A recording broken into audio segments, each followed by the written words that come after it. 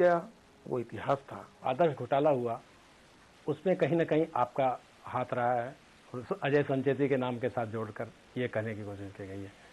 और ये भी कहा गया है कि अगर इसकी जांच होगी तो शायद आप भी गुनहगार साबित होंगे। मेरा डायरेक्ट इनडायरेक्टली कोई भी संबंध आदर्श सोसाइटी से निकलेगा तो मैं राजनीति में नहीं रहूंगा। मेरा कोई संबंध नहीं है, मेरा कोई फ्लैट नहीं है, डायरेक्ट इनडायरेक्टली मेरा कोई संबंध नहीं है। और दूसरी बात, मेरे कार्यकारिणी में 350 लोग हैं, उसमें से अजय संचेती है, उसका कजिन ब्रदर और उसके गाड़ी के ड्राइवर के नाम पर लिया हुआ फ्लैट, ऐसे 350 लोग हैं। अगर यही निकष लगाना है तो आदर्श की सोसाइटी मेरे पास है, उसमें से 70% लोग कांग्रेस के नेताओं के रिश्तेदार हैं, मुख्यमंत्रियों के नजदीक के लोग हैं, कोई पीएस है, कोई पीएस है, सेक्रेटरीज है। तो ये इस आधार पर तो पूरी कांग्रेस पार्टी कटघरे में खड़ी रहेगी। दूसरी ओर वो आरोप लगाया नीरा राडिया से मैं मिला हूं। कांग्रेस पार्टी को बात शोभा नहीं देती, झूठ बातें करते हैं। नीरा राडिया को कभी मैं मिला नहीं, मेरी कभी उनसे बातचीत नहीं, उनने मुझे कभी फोन नहीं किया, मैंने उनको कभी फोन नहीं किया। और जब हेलीकॉप्टर खरीदी किया महाराष्ट्र सरकार ने, तब मैं लीडर ऑफ अपोजिशन था, मैं कभी मुख्यमंत्री के पास गया नहीं हूं, मैंने कोई सिफारिश नहीं की, मेरे कहने पर कोई खरीद नहीं की गई। आजकल नीरा राडिया के टेप बहुत बाजार में घूम रहे हैं, कहीं ऐसा ना हो कि आपके टेप भी रिलीज हो जाए। साहब मैं कांच के घर पे मकान में रहता ना, कांग्रेसियों में और मीडिया में जिसको ऐसा लगता है वो जरूर वो टेप प्रकाशित करे। मैंने गलती नहीं की, मैं डरूंगा नहीं, ना मैं मीडिया से डरता हूं, ना मैं कांग्रेस पार्टी से डरता हूं। डरे वो जिसके घर कांच के हो। मैं हिम्मत के साथ खड़ा हूं। राजनीति मेरा धंधा नहीं है, मैं अपना ईमानदारी से मैं अपना धंधा भी करता हूं, गरीबों की सेवा भी करता हूं, इनकम टैक्स भी भरता हूं, और अध्यक्ष नाते मेरी गाड़ी से लेकर मेरी व्यवस्था मेरी खुद की कंपनी करती है। मैं राजनीति अपने सिद्धांतों के लिए आया हूं।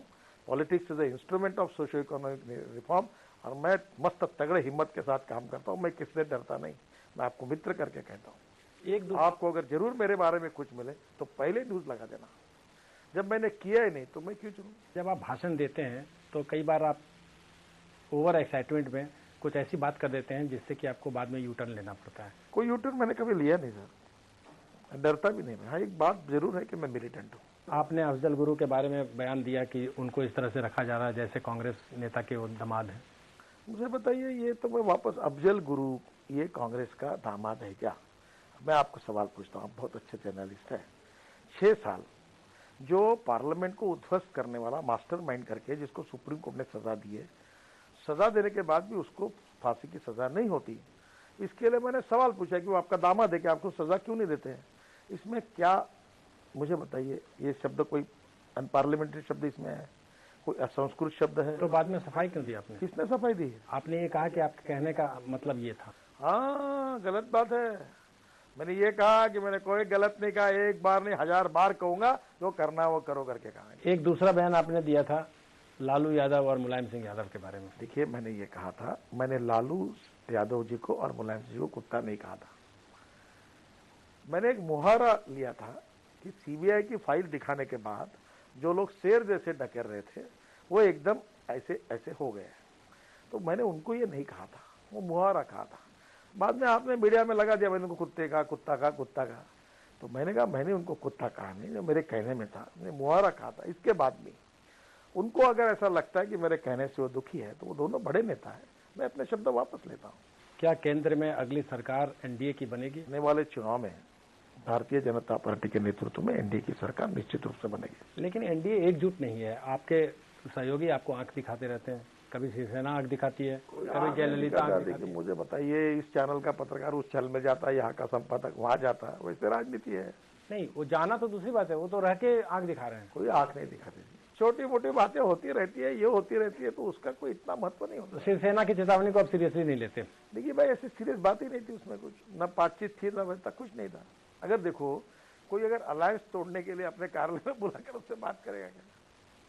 ऐसी कोई बात नहीं थी। उनको खुलासा किया, उनका समाधान हुआ। अगली सरकार अगर आपकी बनती है जैसा कि आपका दावा है, तो क्या आप भी प्रधानमंत्री बन सकते हैं? मैं प्रधानमंत्री का दावेदार नहीं हूँ और मुझे बनना भी नहीं चाहता हूँ। क्यों नहीं है आप अध्यक्ष? देखिए, मैंने अपने जीवन के, मेरे एक्सीडेंट के बाद 25 साल देश और समाज के लिए समर्पित करने का विचार किया है। अपना घर-दार, अपने उपक्रम, अपनी सेवा कार्यक्रम करके मैं एक कार्यकर्ता के रूप में काम करना चाहता हूँ। मुझे जिम्मेदारी मिली है, मेरा काम है इस पार्टी को मजबूत बनाना और इस पार्टी को 2014 में सत्ता की ओर ले जाना। ये कर्तव्य का काम मैं अपने ईमानदारी से करूंगा। भारतीय जनता पार्टी की जो सर्वोच्च बॉडी है पार्लियामेंट्री बोर्ड, वो मिलकर उस समय कौन नेता होगा उसको तय करेगी। मतलब पीएम प्रोजेक्ट करके चुनाव नहीं लड़ेंगे? देखिए, हमारे यहाँ इतने लोग कैपेबल हैं कि जो एक से एक अच्छे हैं, जो बन सकते हैं। 2-3 नाम बताइए। नहीं, नाम तो बताने की जरूरत क्या है, एक वो नाम तो बता देश दीजिए। जानता है। अनेक लोग हैं, एक नाम बताइए। बहुत लोग हैं। नहीं, मेरी आदत थोड़ी कमजोर है, 1-2 नाम भाई सुषमा जी है, नरेंद्र मोदी है, अरुण जेटली जी है, राजनाथ सिंह जी है, डॉक्टर जोशी जी भी है, आपने आडवाणी जी का अडवाणी जी भी है। पर अडवाणी जी अभी इस बार अभी अगला चुनाव लड़ते नहीं लड़ते, उनका जो एज फैक्टर है पार्टी में, तो हमारे पास इतना कैलिबर है प्रधानमंत्री बनने लायक, उसका निर्णय हमारा पार्लियामेंट्री बोर्ड समय पर करेगा। बहुत बहुत शुक्रिया नितिन। धन्यवाद, थैंक यू वेरी मच, नमस्कार। तो ये थे बीजेपी अध्यक्ष नितिन गडकरी, जिन्होंने सभी सवाल का जवाब सफाई में दिया या फिर उन्हें टालने की कोशिश की। अगले एपिसोड में हम बात करेंगे फिर किसी नई हस्ती से। नमस्कार।